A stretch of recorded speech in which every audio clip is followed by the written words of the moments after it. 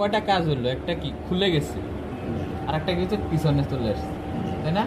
তাহলে এই খুলে যাওয়া আর পিছনে চলে আসা এটা কোন মোটরের কাজ করলো? তাহলে কোন মোটরের মাধ্যমে এই কাজটা হয়েছে?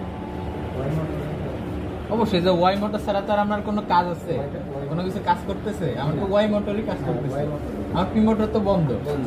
এক্স মোটরটা তো খালি জিগজ্যাগ করতেছে, ওর সাথে তো আমার কোনো সম্পর্ক নেই। তাহলে আমার কি করতেছে? ওয়াই মোটরে আমার এই কাজ করতেছে। তার মানে আমার এই সিজারে যখন কোনো এই জায়গা খুলবে না কিংবা ব্যাকে আসতেছে না, তখন আমার কোথায় খেয়াল করতে হবে? ওয়াই মোটরের সাথে কানেকশন যে জায়গা আছে, যে মেকানিজম, ওইটারে আমার ফোকাস করতে হবে, ওই জায়গায় কোনো সমস্যা আছে।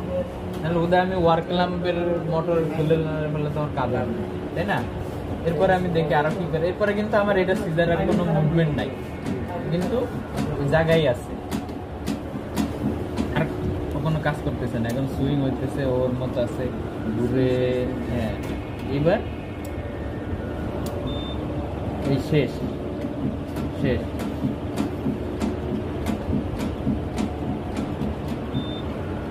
এখন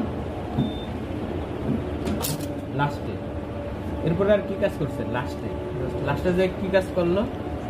সুতরাং কাট প্লাস সিজার ক্লোজ হয়ে গেছে। সুতরাং কাট প্লাস সিজারটা ক্লোজ হয়ে গেছে।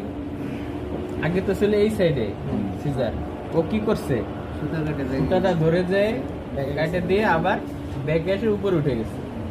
এই কাজটা কখন হয়েছে আমার? এই কাজটা কোন মোটরে করছে?